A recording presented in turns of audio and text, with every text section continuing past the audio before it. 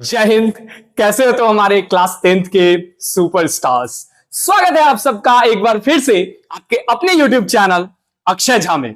तो biology class 10th में जो पिछले दिन हम लोगों ने रेस्पिरेशन पढ़ा था, उसके बाद मैंने आपको बताया था कि एटीपी वाला जो टॉपिक है उसके लिए मैं अलग से वीडियो लेकर आऊंगा।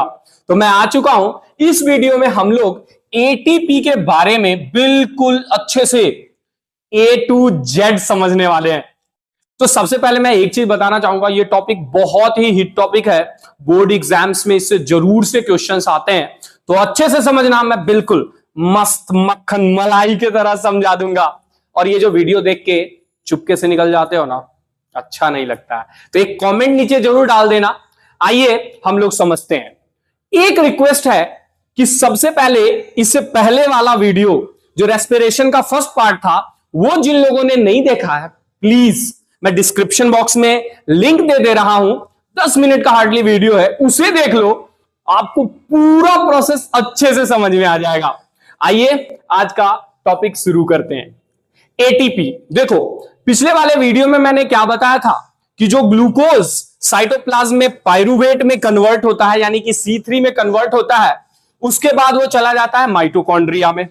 तो पायरूवेटेड ग्लूकोज जो रहता है वो कहां पहुंच जाता है? वो पहुंच जाता है माइटोकॉन्ड्रिया में। जैसे आप देख सकते हो, एक मैंने बेसिक यहां पर एक सेल का स्ट्रक्चर जो है रेफरेंस के लिए ड्रॉ किया है। सेल के अंदर ये रहा आपका साइटोप्लाज्म, साइटोप्लाज्म के अंदर ये रहा आपका माइटोकॉन्ड्रिया। अब ये जो माइटोकॉन्ड्रिया है, इसमें पायरूवेटेड ग्लूकोज जो है ये माइटोकॉन्ड्रिया में पहुंचता है और वो ऑक्सीजन के साथ रिएक्ट करता है। इस माइटोकॉन्ड्रिया में आप ध्यान से समझना, माइटोकॉन्ड्रिया में ना दो चीज पहले से मौजूद रहता है। पहले इसमें रहता है एडीपी और दूसरा पीआई। समझना, एडीपी में ए स्टैंड्स फॉर एडिनोसिन और डीपी डाइफॉस्फेट, यानी कि फॉस्फेट, दो फॉस्फेट जो है, डाई मतलब क्या होता है? दो, तो दो फॉस्फेट जो है एडिनोसिन में पहले से स्टोर रहता है। अच्छा, ये नहीं समझ में आ रहा है ना, अभी समझाता हूं। अच्छा, आप लोग ना जैसे स्कूल जाते हो तो बैग लेके जाते हो। अच्छा, बैग आप क्यों लेते हो? क्या कैरी करना होता है आपको? ऑब्वियस सी बात है, बुक्स, कॉपीज, यही सब कैरी करना होता है। उसी तरह का ना, मान लो कि एक तरह का ये जो एडिनोसिन है ना, ये एक तरह का बैग है। अब ये जो बैग है वो अपने आप में दो फॉस्फेट के ग्रुप को अपने आप में वो रखता है, यानी कि एडिनोसिन में दो फॉस्फेट का ग्रुप, इसीलिए इसको कहा जाता है DP, ADP. D stands for di, mono मतलब एक, डाई मतलब 2 और ट्राई मतलब 3। तो यहां पर एडीपी जो है, एडिनोसिन, एक बैग आप इसको मान सकते हो, उसमें दो फॉस्फेट का ग्रुप वाला फॉस्फेट ग्रुप जो है वो उसमें रहता है। तो एक ये चीज रहता है और दूसरा एक इनऑर्गेनिक फॉस्फेट रहता है, वो अलग से रहता है। फिर से इसको समझ लो, मैंने क्या कहा? पायरूवेटेड जो ग्लूकोज रहता है वो पहुंचता है माइटोकॉन्ड्रिया में, माइटोकॉन्ड्रिया में ऑक्सीजन भी रहता है और वहीं पे आपको एक मिलेगा, पहला चीज, दो चीज मिलेगा। पहला एडीपी एडिनोसिन डाइफॉस्फेट, और साथ ही साथ एक इनऑर्गेनिक फॉस्फेट। तो इनऑर्गेनिक फॉस्फेट अलग है और ये जो एडीपी है, एडिनोसिन नाम का थैला जिसमें दो फॉस्फेट का ग्रुप है, वो अलग है। ठीक है, अब आगे बढ़े। अब क्या हुआ कि यहां पर जो पायरूवेटेड ग्लूकोज है ना, ये क्या करता है? रिएक्ट करता है। किससे रिएक्ट करेगा? ऑक्सीजन के साथ रिएक्ट करता है। ऑक्सीजन से जैसे ही रिएक्ट करता है ना, एनर्जी रिलीज होता है। पिछले वीडियो में मैंने बताया था। अब ध्यान से समझना, जो एनर्जी रिलीज होता है ना, उस एनर्जी का यूज ये एडीपी और पीआई, यानी एडिनोसिन डाइफॉस्फेट और इनऑर्गेनिक फॉस्फेट, ये दोनों मिलकर उस एनर्जी का यूज करता है। और एनर्जी यूज करने के बाद जो एडीपी है ना, वो पी के साथ, यानी इनऑर्गेनिक फॉस्फेट को भी अपने में जोड़ लेता है। समझना, एडीपी डाइफॉस्फेट, दो फॉस्फेट, एनर्जी रिलीज हुआ तो जो तीसरा वाला इनऑर्गेनिक फॉस्फेट जो अलग था, ये पीआई, वो भी जुड़ गया। तो पहले ही दो फॉस्फेट था, एक और फॉस्फेट आ गया, तो उसको कहा जाता है ट्राइफॉस्फेट। इसीलिए ये यहां पे देखिए ATP, adenosine, T stands for try और P stands for phosphate.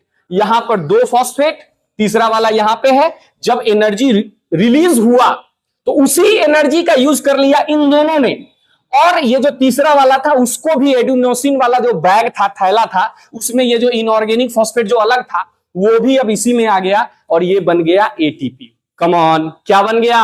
ATP बन गया। अब ध्यान से समझो, अब जैसे ही हम लोगों को एनर्जी चाहिए होता है, जैसे मान लीजिए दौड़ना है तो एनर्जी चाहिए, तो भाई पांव को ज्यादा एनर्जी चाहिए, ठीक है। तो ये जो एटीपी है ना, अब ये एटीपी टूटेगा, क्या होगा? एटीपी टूटेगा। एटीपी टूट के फिर से कन्वर्ट हो जाएगा किस में? तो एडीपी और पीआई में। ध्यान से समझना, फिर से ये टूट के किस में कन्वर्ट हो जाएगा? एडीपी, एडिनोसिन डाइफॉस्फेट और इनऑर्गेनिक फॉस्फेट में, और साथ में एनर्जी रिलीज करेगा। तो ये जो एनर्जी रिलीज करता है ना, वही एनर्जी फिर हम लोग यूज करते हैं।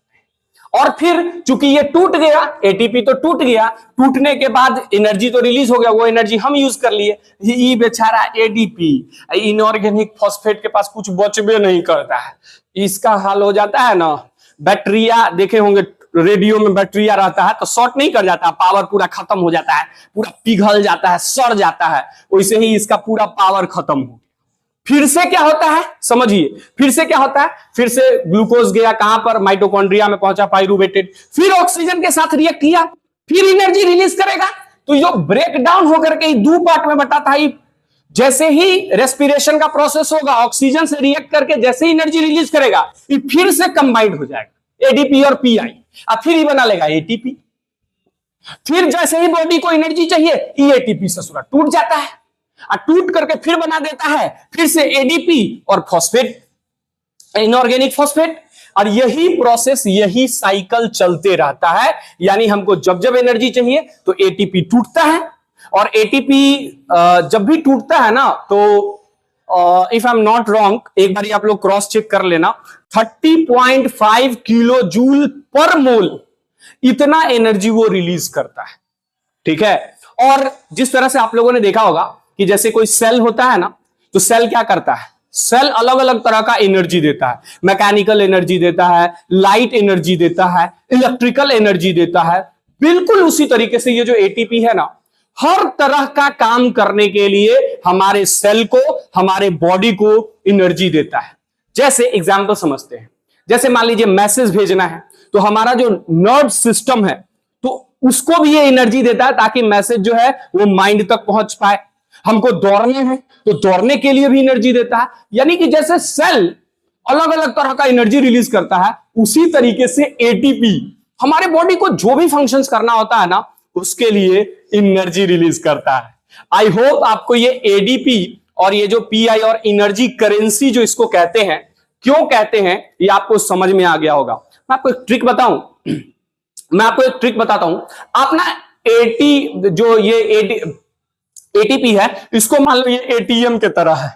ये एटीएम में क्या होता है बताइए? जिसको पैसा चाहिए जाके निकाल लेता है, ठीक है।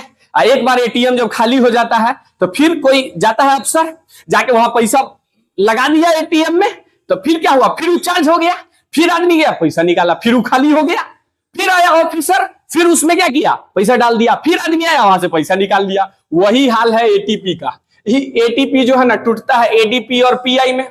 आज जैसे ही पाइरुवेटेड जो है वो जैसे ही ऑक्सीजन के साथ रिएक्ट करता है, एनर्जी रिलीज होता है, उसी एनर्जी का यूज करके ये एटीपी बना लेता है। अब फिर ये एटीपी जो है, जब बॉडी को एनर्जी चाहिए होता है, एटीपी जो है टूट जाता है, फिर इसमें बढ़ जाता है। फिर अगर जैसे ही ऑक्सीजन के साथ वो पाइरुवेटेड ग्लूकोज रिएक्ट करेगा, फिर एनर्जी रिलीज होगा, फिर ये आपस में कंबाइंड हो जाएगा, एटीपी बना लेगा। इसी तरीके से ये चेन सिस्टम चलते रहता है।